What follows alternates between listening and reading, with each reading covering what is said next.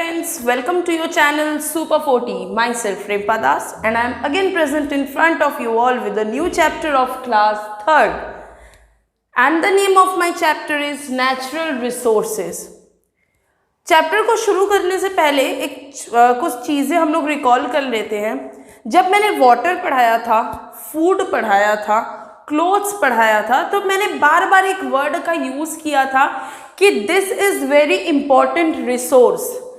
मैंने एक वर्ड का यूज़ किया था बार बार उन तीनों चैप्टर में, रिसोर्स, कि फूड एक इम्पॉर्टेंट रिसोर्स है, वाटर एक इम्पॉर्टेंट रिसोर्स है, क्लोथ्स एक इम्पॉर्टेंट रिसोर्स है।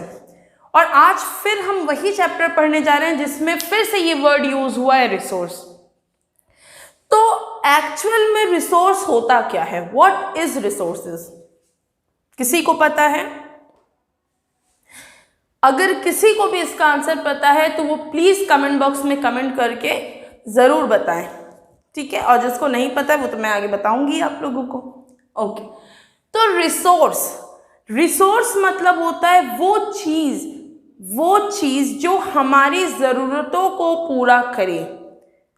Anything which fulfil our needs, जो भी हमारी ज़रूरतें हैं उनको पूरा करने के लिए जो चीज़ हम यूज़ करते हैं वो होता है resource.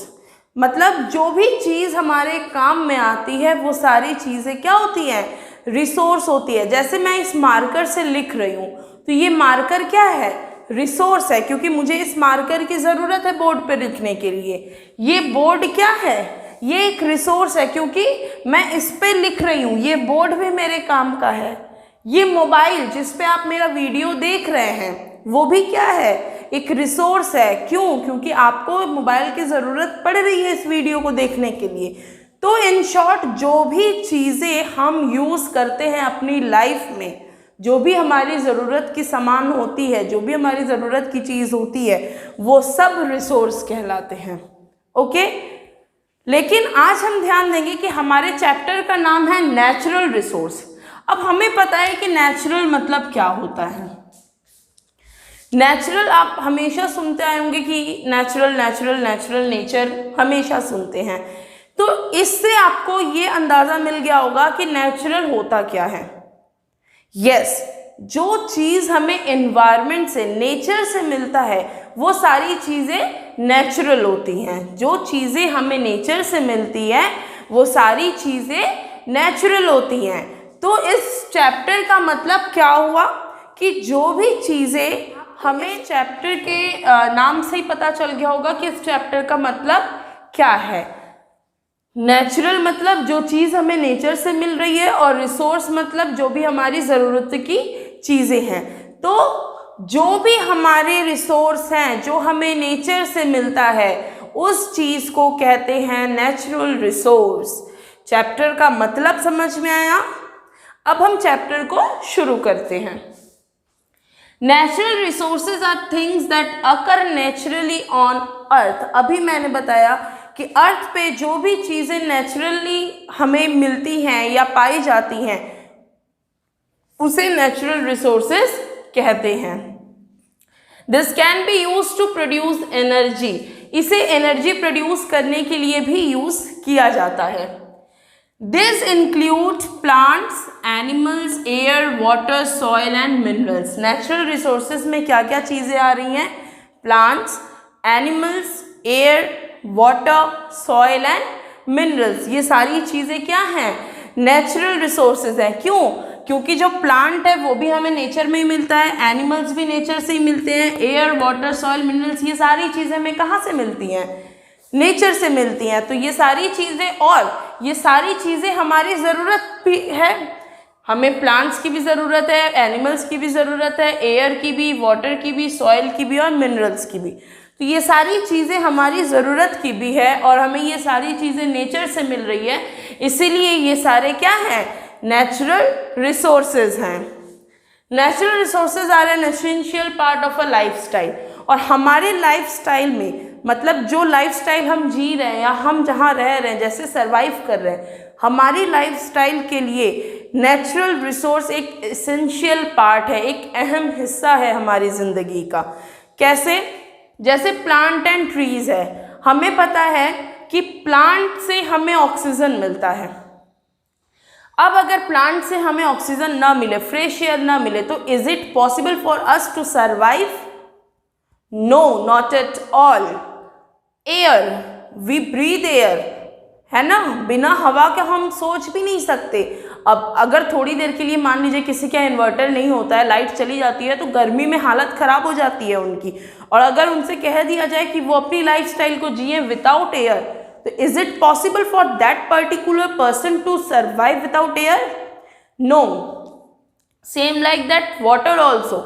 In my previous chapter, in the last video of my previous chapter, I explained that how water is an essential part of our life and how it is important to us. So without water, it is also not possible for us to survive. So it is an essential part of our lifestyle. And last is soil. Soil, mitti. It is also an essential part of our lifestyle. So in short, I would like to explain that without natural resources, it is not possible for an organism to survive. Okay, now let's see the things which comes under plants and trees. What does this plants and trees gives us? Okay, तो मेरा पहला है plants and trees. Plants and trees जो होते हैं वो बहुत important natural resource होते हैं, और ये रिसोर्स जो है ये बहुत सारी चीज़ों में हमारी मदद करते हैं। ठीक है, तो आइए देखते हैं कौन कौन सी चीज़ें हैं जिसमें ये हमसे मदद करते हैं।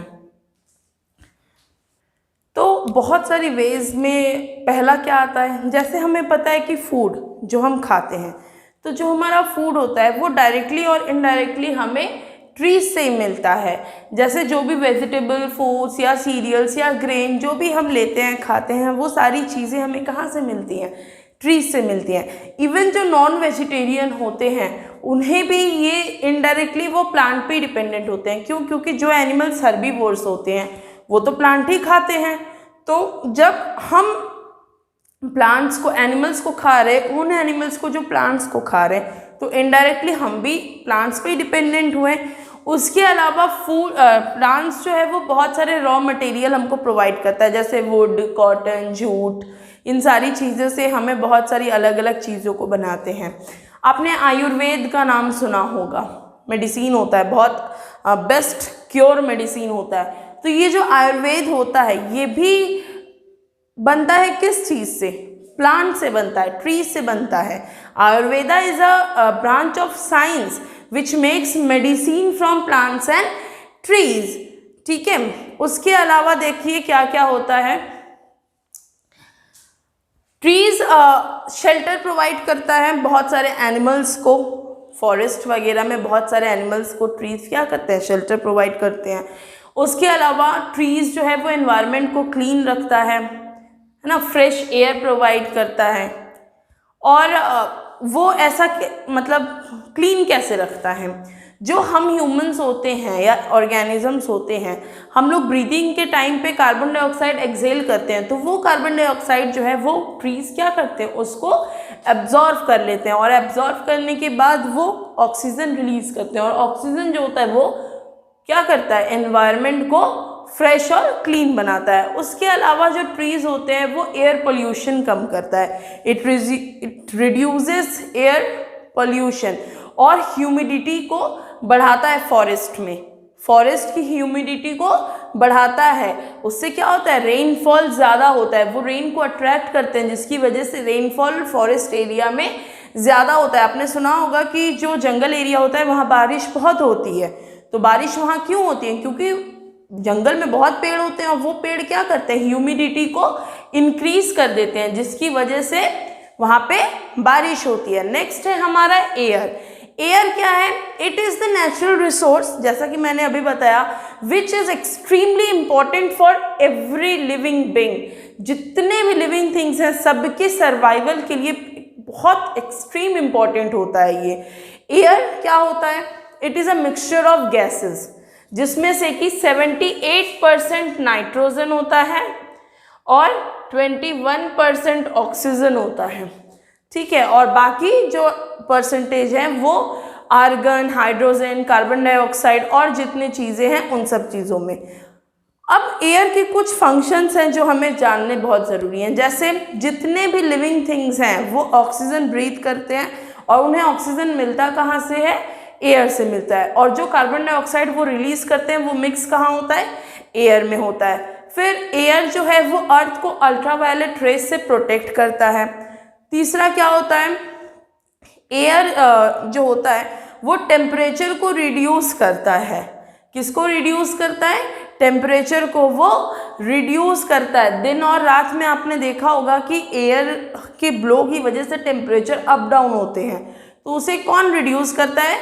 एयर करता है। उसके अलावा एयर जो है वो फ्यूल बर्न करने में भी हेल्प करता है और फैक्ट्रीज में भी ये बहुत काम आते हैं और इलेक्ट्रिसिटी भी प्रोड्यूस की जाती है।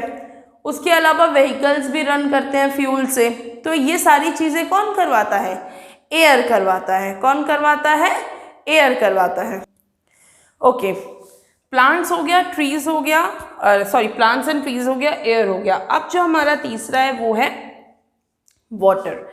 Water, it is also very crucial natural resources. It is also very important, and without water there will be no life on earth. मैंने वाटर वाले चैप्टर में बताया था कि earth is the only planet which supports life. किस लिए? Due to the presence of water. तो अगर वाटर ही नहीं रहेगा तो क्या अर्थ पे कोई लाइफ रहेगी? No. Therefore we need to work towards protecting our limited water resources. मैंने हमेशा से ये कहा है कि जो वाटर हमारे अर्थ पे प्रेजेंस है 2/3 है, लेकिन उसके बावजूद जो फ्रेश वाटर है, जो यूजफुल वाटर है, वो बहुत लिमिटेड क्वांटिटी में है हमारे पास। बहुत लिमिटेड मतलब क्या होता है? मतलब उसकी क्वांटिटी बहुत ज़्यादा नहीं है। अगर हम उसको सोच समझ के वाइजली उसको हम यूज़ नहीं करेंगे तो एक दिन वो ख़त्म हो जाएगा। इसीलिए we should protect our water. उसके अलावा वाटर क्या क्या काम करता है, उसके क्या क्या फंक्शंस होते हैं, किन किन चीज़ों में वो हेल्प करता है। तो वाटर जो है सबसे पहला काम जो होता है उसका, इट क्लीन आवरसेल्व्स, हमें साफ़ करता है। एनिमल्स और फ्रूट्स वेजिटेबल्स भी जब हम काटते हैं खाने से पहले उसको धोते हैं वाटर में, या फिर कोई भी ऐसी चीज़ जिसमें हम क्लीनिंग के लिए यूज़ करते हैं उसमें वाटर का यूज़ होता है। उसके अलावा water is used for preparing food and beverages.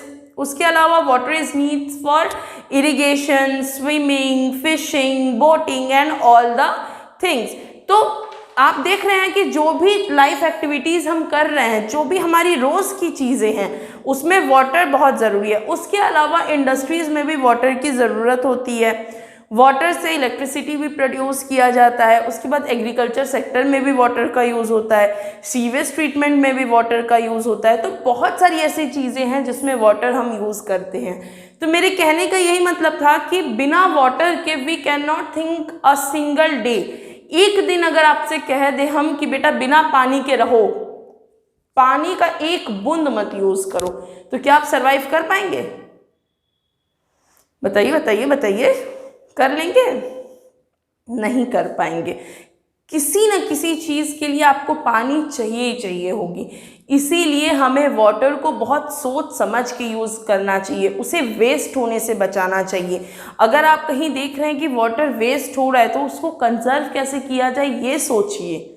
सारी चीज़ें आपको सोचनी है। और आपके साथ साथ ज़रूरी नहीं है कि इस वीडियो को आप देख रहे हैं, आप पढ़ रहे हैं, आप समझ रहे हैं तो सिर्फ आप ही फॉलो करें।